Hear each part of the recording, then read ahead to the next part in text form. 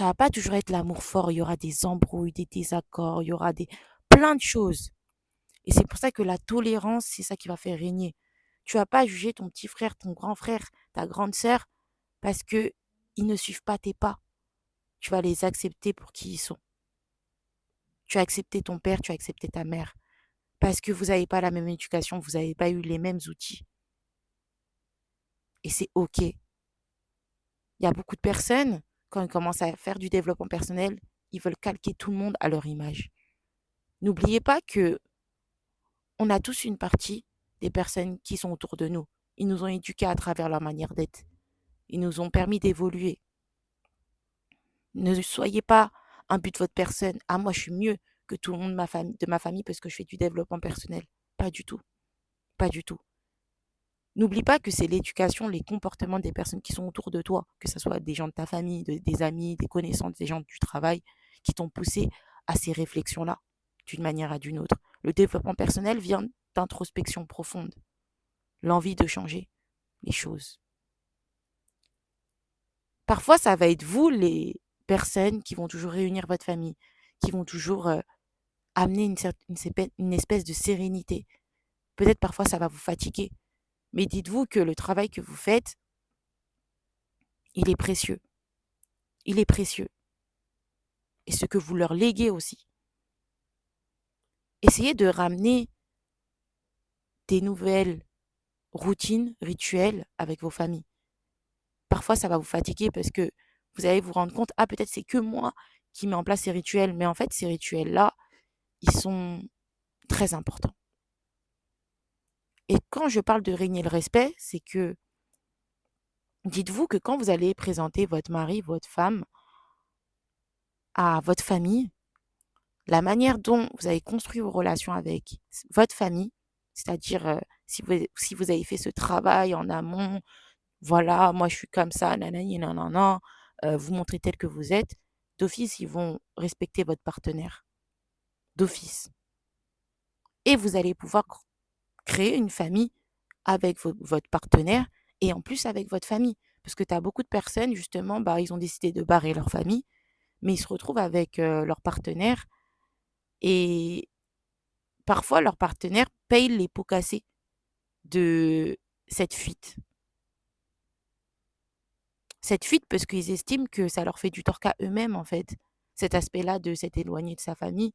Et quand je dis éloigné, c'est pas juste, voilà, il y a des dingueries. Pour moi, une personne qui s'éloigne, etc., il y a toujours des raisons. Il y a toujours des raisons. Une personne, elle va pas s'éloigner de sa famille parce qu'il y a pas de raison. Non, il y a toujours des raisons. Mais avoir au moins cette espèce de paix et de discussion, d'avoir mis les choses à plat, au moins les choses sont claires. Que juste fuir une situation ne réglera jamais le problème. Et après, parfois, c'est votre partenaire qui paye les pots cassés. C'est votre partenaire qui paye les pots cassés. Et aujourd'hui, on est dans une génération où beaucoup de personnes ne vont pas accepter ce critère, en fait. Ça va faire partie d'un critère. Les gens veulent une famille solide, sereine, avec la paix et l'amour. Il ne faut pas penser qu'à nous. Nous, demain, quand on aura des enfants, on sera mariés, etc. Si on veut des enfants, bien sûr, et si on veut se marier, on sera amené peut-être à mourir. Et notre femme, notre mari, va se retrouver avec qui? Peut-être des amis proches à nous, ou même encore mieux, des gens de la famille, tu vois. Parce que nos amis aussi deviennent des personnes de la famille d'une certaine manière.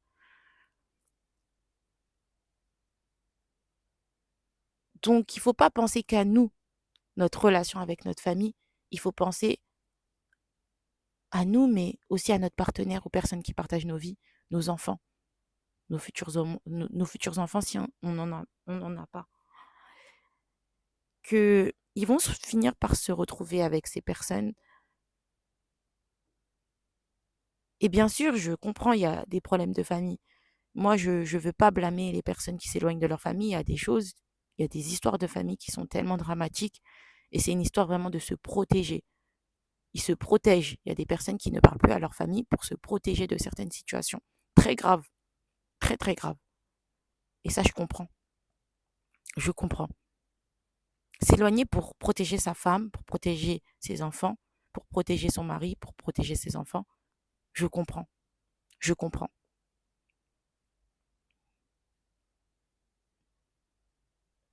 Quand une personne, elle arrive à ce choix-là, c'est vraiment qu'elle est au bout. Je comprends ce genre de situation. Mais si ce sont des situations par ego, par rancune, asseyez-vous, dites-vous vos vérités. La rancune, ça tue tellement de relations. Peu importe les relations, pas forcément familiales, hein. La rancune, l'orgueil, la peur de pardonner, plein de choses. Il ne faut pas attendre la mort pour pouvoir se rendre compte de ces choses-là. Donc, créez votre terrain avant de vous marier. Parce que beaucoup de femmes, beaucoup de maris n'accepteront pas le fait que votre famille traite mal votre partenaire. Par amour-propre. Vous savez, parfois, on voit des personnes, on se dit, ouais, mais qu'est-ce qu'ils connaissent de la vie? Ils nous donnent des conseils, etc. Mais vous ne connaissez pas la réalité des gens. Par exemple, moi, vous ne connaissez pas ma vie, vous ne savez pas par quoi je suis passée. Et comme moi, je ne connais pas votre vie, je ne connais pas aussi par quoi vous êtes passé. Parfois, on se dit, ouais, les personnes qui donnent des conseils, ils n'ont rien vécu. Vous ne savez pas. Et avoir cette marge de manœuvre du pardon, c'est énorme. Parce que nous, on veut être pardonné par Dieu, tous les croyants. Mais quand il s'agit de pardonner, on bégaye, hein. C'est dur de pardonner, hein. Pardonner ne veut pas dire revenir comme avant. Pardonner, mais en mettant les choses à plat. On se dit nos vérités et après on se pardonne. C'est pas juste passer l'éponge comme si de rien n'était. Non, parce que sinon la situation, elle risque de se réitérer. Parfois, ça nécessite de se répéter énormément, énormément, énormément. Mais le prix d'avoir une relation familiale avec de la discussion, de l'échange, des embrouilles, on se dit nos vérités. Voilà, là, j'ai pas aimé ton comportement. Ça m'a fait du tort. L'autre personne, elle parle.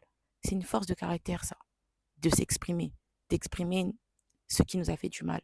Il y a des personnes qui, ils ont cette espèce de toxicité. Ah non, je peux pas montrer mes sentiments. C'est dur de montrer ses sentiments. C'est dur de montrer ses émotions. C'est dur de montrer toutes ces choses-là. Parfois, ça paraît même comme de la faiblesse. Mais je suis désolée, hein. Moi, en tout cas, j'ai pas d'ego pour ma famille, hein. Je vous le dis clair et net et précis. Les personnes avec qui j'ai grandi, j'ai pas d'ego parce que je les aime. Que ce soit des amis ou quoi, n'ayez pas d'ego pour les personnes que vous aimez. N'ayez pas d'ego. N'ayez pas d'ego. À part quand le respect est vraiment mort, mort, mort. Mais quand vous voyez, il y a une petite once d'espoir et il y a cette réflexion, est-ce que je pardonne cette personne? Est-ce que je lui dis ses vérités? Go. Et en plus, si vous avez cette réflexion, c'est que vous avez remarqué que quand vous dites vos vérités à ces personnes-là, il y a des changements. Il y a des changements. Et après, vous inquiétez pas, face à vous, vous allez avoir des personnes qui vont aussi se comporter comme vous, grâce à l'exemplarité. Ils vont se dire, ouais, bah, cette personne-là, elle a l'habitude de faire ça. Bah, aujourd'hui, c'est pas elle qui va aller vers moi, c'est moi qui vais aller vers elle. C'est moi qui vais aller vers elle. Vous voulez des familles stables, des familles avec des bonnes relations? Faites un travail. Mettez pas les problèmes sous le tapis. Vous enfuyez toutes ces choses-là et vous fuyez la réalité. Faire du faux semblant dans des relations, ça amène à rien. Dites-vous vos vérités pour avancer. Faites un travail sur vous. Que tout le monde fasse un travail. Parce que dites-vous qu'aujourd'hui, les partenaires d'aujourd'hui ne seront pas prêts d'accepter vos merdes, ne seront pas prêts d'accepter vos foutaises, ne seront pas prêtes ou prêts à tout simplement accepter le mauvais comportement des personnes de vos familles. Même si vous essayez de les fuir, tôt ou tard, ils vont devoir les rencontrer. Les personnes, ils veulent des relations stables aujourd'hui. Ils veulent une famille paisible, où cette personne, elle se fait respecter, où tout le monde se fait respecter, où on est dans la paix. Des embrouilles de famille, ça existe, il n'y a pas de souci. Mais quand le respect n'est pas là, la tolérance n'est pas là, ça sert à rien. Vous savez, il y a des personnes, ils ont grandi dans des familles comme ça, ils ont grandi dans des familles défaillantes, etc. Et ils ne veulent pas ça pour eux. C'est-à-dire que ça va faire partie de leurs critères. Il y a beaucoup de personnes qui ne parlent pas forcément de ce critère. Regardez comment votre partenaire il gère les problèmes avec sa famille, comment votre partenaire il se comporte avec sa famille. Dites-vous que vous, demain, vous allez faire partie de sa famille. Si cette personne-là, elle n'arrive pas à pardonner, elle est rancunière, elle a des comportements, voilà, très spécifiques, ça peut être un problème pour vous. Demain, vous êtes divorcé de cette personne, elle va vous faire peut-être la misère. Elle va calculer que vos enfants. Du moment que tout va bien, non. Il faut voir les situations quand tout va mal. Comment cette personne-là m'a traité? Comment elle traite les personnes quand tout va mal? Non, il faut faire attention. C'est pour ça que je tenais à faire cet épisode de podcast pour vous donner des conseils sur cet aspect-là. On n'a qu'une famille et dites-vous que ces années-là où on grandit avec les personnes de notre famille, notre mère, notre père, nos frères, nos sœurs, on ne vit qu'une fois. À un moment donné, on va se retrouver avec notre mari, on va se retrouver avec notre femme à la maison et ça va être que des occasions pour les voir. C'est pour ça que c'est maintenant qu'il faut créer cette relation. Parfois, la distance peut aussi construire une relation solide parce qu'on est moins dans les embrouilles, on est moins les uns sur les autres. Mais si vous pouvez le faire dès maintenant, profitez-en. Profitez-en. Même de faire des voyages avec votre famille, d'aller faire des restos avec votre famille, de créer des rituels, des rythmes de vie qui seront des vrais souvenirs pour vous. N'oubliez pas ça. On n'a qu'une famille, les gars.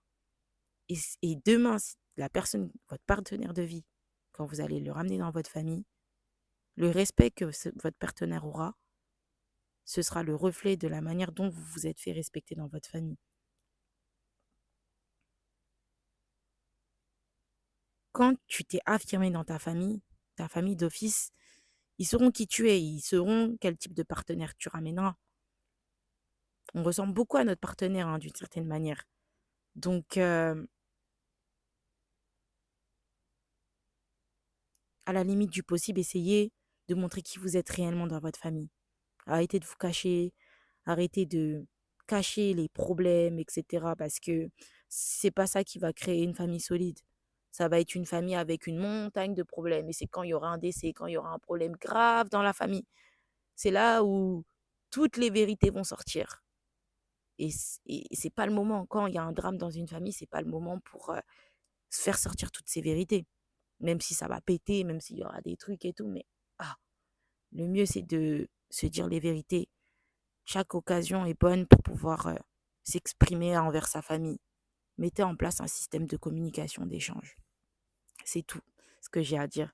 Sur ce, la team, prenez soin de vous, prenez soin de vos proches. J'ai l'habitude de faire des podcasts en parlant de s'imposer, etc. Mais c'est un travail de longue haleine et c'est un travail qui demande beaucoup d'efforts. Ça demande beaucoup d'efforts, hein, de s'exprimer, d'assumer nos pensées, d'assumer nos critiques, d'assumer nos positionnements face à notre famille. Dites-vous qu'il y a des familles, il n'y a pas de communication. Il n'y a pas de communication.